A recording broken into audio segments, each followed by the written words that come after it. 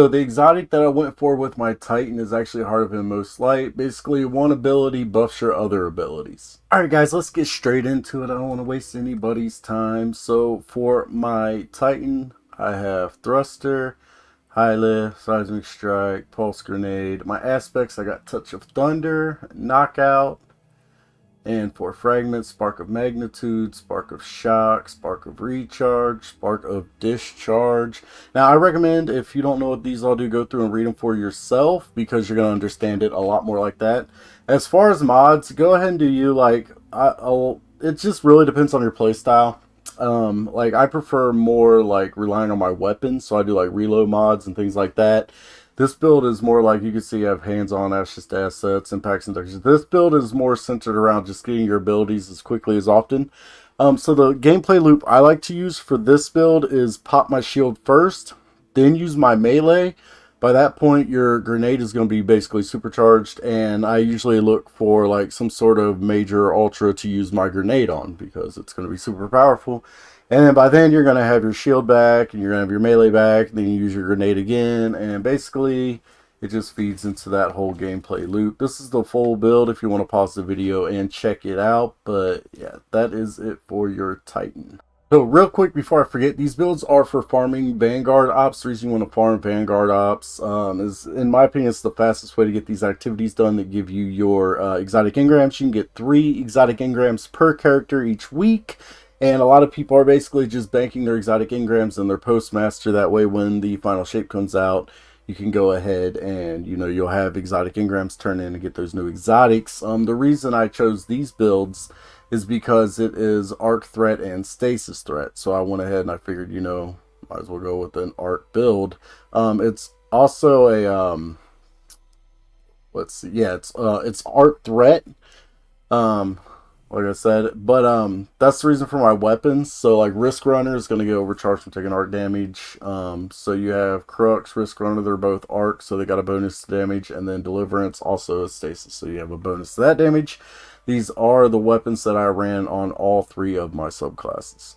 Alright, so the exotic I went with my hunter is Liar's Handshake. Basically, it's just going to give you super powerful melee abilities, and you're also going to heal when you use your melee. It doesn't have to be a powered melee. You can basically just run around meleeing all the ads. You'll have super powerful melees, and you will heal yourself.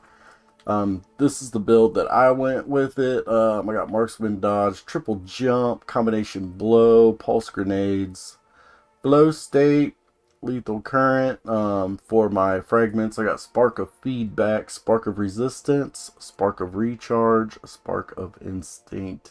Again, if you're curious what all these does, I suggest just go through and read them yourself. That way you get a little bit better understanding.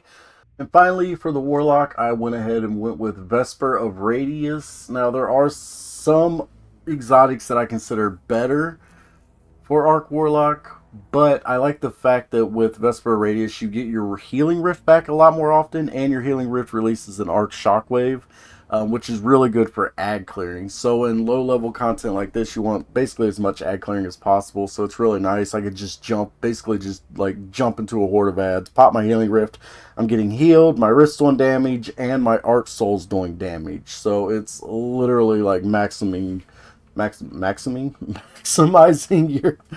your ad clearing ability.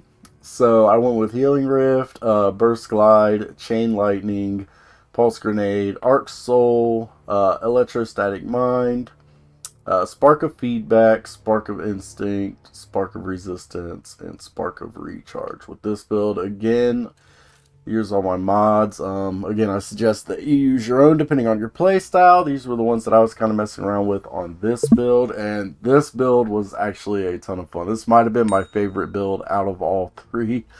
Because like I said, the ad clearing capability is just insane. Literally between using your Healing Rift, Shockwave, and your Arc Soul, you barely have to fire your gun. So it is actually a ton of fun playing this build. But yeah, those are the builds, and like I said, I went with Arc this week because you do bonus damage with Arc and Stasis damage. So I could have went with Stasis builds.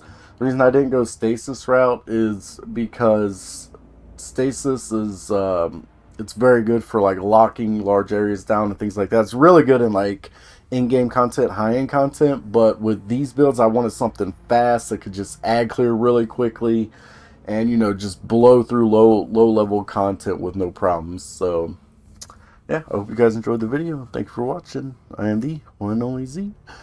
Bye bye.